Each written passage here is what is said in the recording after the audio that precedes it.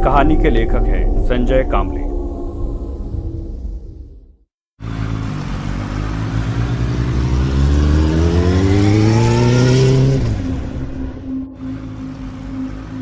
बहुत रात हो गई थी। नील बाइक से अपने घर जाने के लिए निकला। कुछ दिनों पहले ही उसे ये नई नौकरी लगी थी। कभी डे शिफ्ट कभी नाइट शिफ्ट करके वो बहुत थक जाता था। रात के करीब 1 बजे नील ऑफिस से निकला था। नाइट शिफ्ट से निकले बहुत सारे लोग उसे हाईवे की तरफ जाते हुए दिखे।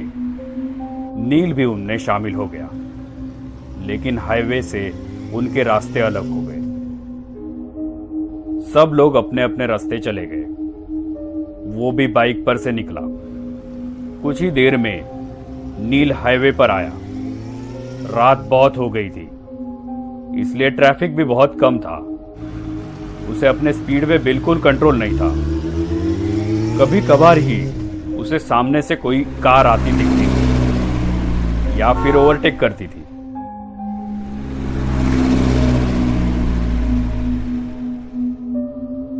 अभी उसने मेन हाईवे छोड़ के कच्चा रास्ता पकड़ लिया था। वो रास्ता और भी सुनसान था। अभी बाइक के हेडलाइट में सिर्फ काला रास्ता दिख रहा था, बिल्कुल एक काले सांप की तरह। रात के अंधेरे में वो सन्नाटा बिल्कुल खौफनाक लग रहा था, लेकिन कोई चारा भी तो नहीं था। नौकरी चाहिए तो शिफ्ट में काम करना ही पड़ता है। वो अपने ही धुन में गाड़ी चला रहा था। रास्ता सुनसान होने के कारण नील रास्ते के बीच से गाड़ी चला रहा था।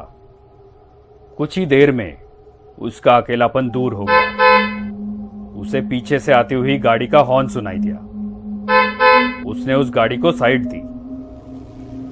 कुछ ही समय में एक कपल बाइक पर से उसे ओवरटेक करके चला गया। शायद वो पति पत्नी थे।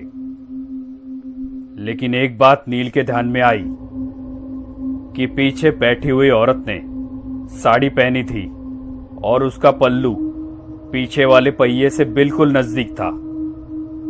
हवा के झोंके से वो कभी भी बाइक के पहिए में अटक सकता था, और अगर वो पल्लू अटक गया तो पता नहीं क्या अनर्थ हो सकता था। नील ने बाइक का स्पीड बढ़ाया और उस बाइक को ओवरटेक करते हुए कहा, बहन जी, आपका पल्लू पहिए में अटक सकता है। ऐसा कह के नील आगे निकल गया।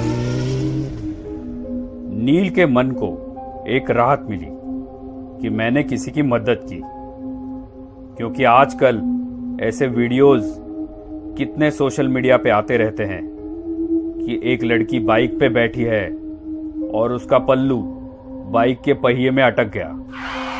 दोनों गिर गए और जख्मी हो गए। ये सोच में नील था कि अचानक वही बाइक वाला फिर से निकल के आगे चला गया। लेकिन ये क्या, उसकी बीवी कहां गई? वो वहां नहीं थी। कहां गई होगी?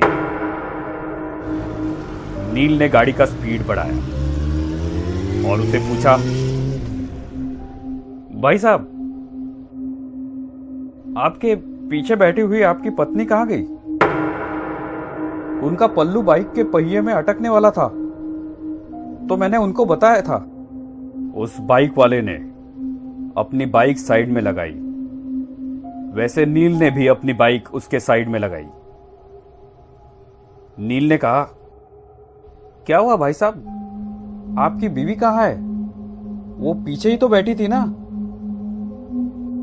उस बाइक वाले का पूरा शरीर डर के मारे कपकपाने लगा। उसने कुछ नहीं कहा, सिर्फ अपनी डर भरी आंखों से पीछे मुड़ के देखा तो वो रास्ता और भी डरावना लग रहा था। नील ने उसे कहा, क्या हुआ, आप इतना डरे हुए क्यों हो? वो नील को देखते ही रह गया और फिर उसने पूछा, मेरे बाइक पर किससे बैठे देखा आपने?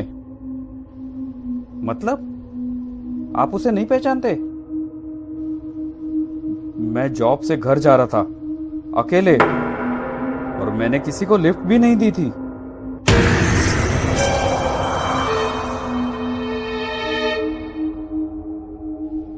उसकी बातें सुन के नील के रोंगटे खड़े हो गए। दोनों ने एक दूसरे को देखा और एक साथ पीछे देखा तो उन्हें रात की गहराई में एक धुंधली सी परछाई दिखी। वो देखते ही दोनों की आंखें खौफ से फटी की फटी रह गई। उन दोनों का दिल जोर जोर से धड़कने लगा था कि तभी सामने वाली बाइक ने हॉर्न मारा। दोनों की मानो सांस ही रुक गई। दोनों ने फटाफट बाइक स्टार्ट की और तेज रफ्तार से अपने घर की ओर बढ़ने लगे। नील घर पहुंचा तो रात के 2 बजे थे। वो अपने बिस्तर पे लेटा, लेकिन उसे नींद नहीं आ रही थी। अपने पूरे करियर में उसने ये चीज पहली बार ही देखी थी। रह रह के उसके मन में एक ही ख्याल आ रहा था, क्या मैंने जो देखा वो सच था? कितनी बार वो वही रास्ते से गुजरा था, लेकिन आज तक उसे ऐसा खौफनाक अनुभव नहीं हुआ था। बाइक पे बैठी वो औरत, उसकी लाल साड़ी, कैसे मुमकिन है ये? लेकिन ये अनुभव एकदम असली था। उसे तो अब अपने खिड़की के पर्दे भी उस लाल साड़ी वाली औरत के पल्लू जैसे दिख रहे थे। ऐसे लग रहा था कि बार बार कोई उसका नाम पुकार रहा है। उसे तो अब खिड़की की ओर देखने के लिए भी डर लग रहा था। जब भी वो पर्दा हिलता, बस उसे वही सब याद आता। वो उठा और उसने खिड़की बंद कर दी। जैसे ही वो मुड़ा,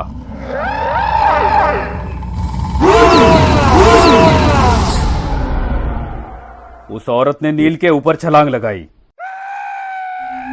नील डर के मारे चिल्लाने लगा। देखा तो वो सपना था।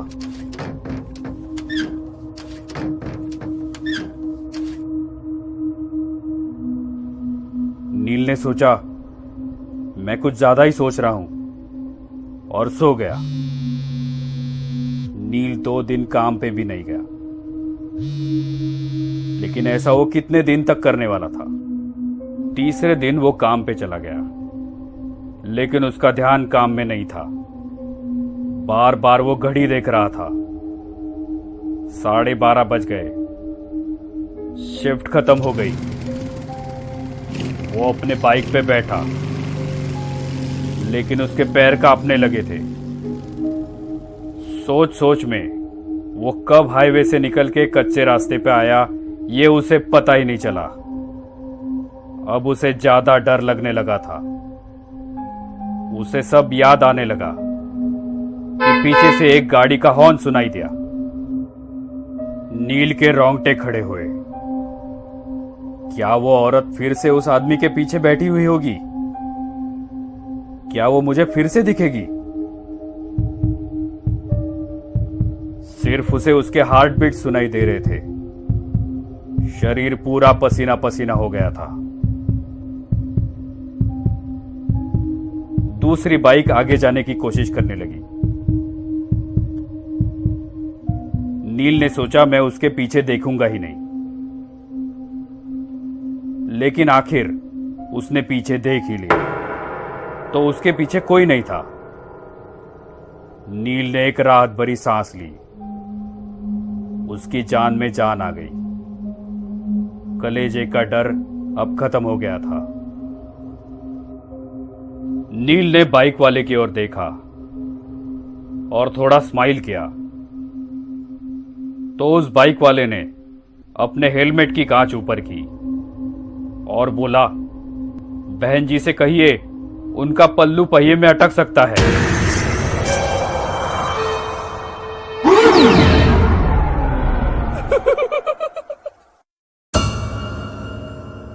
ये कहानी आपको अच्छी लगी हो तो हमें सब्सक्राइब करें। हमारा इंस्टाग्राम और फेसबुक पेज जरूर फॉलो करें।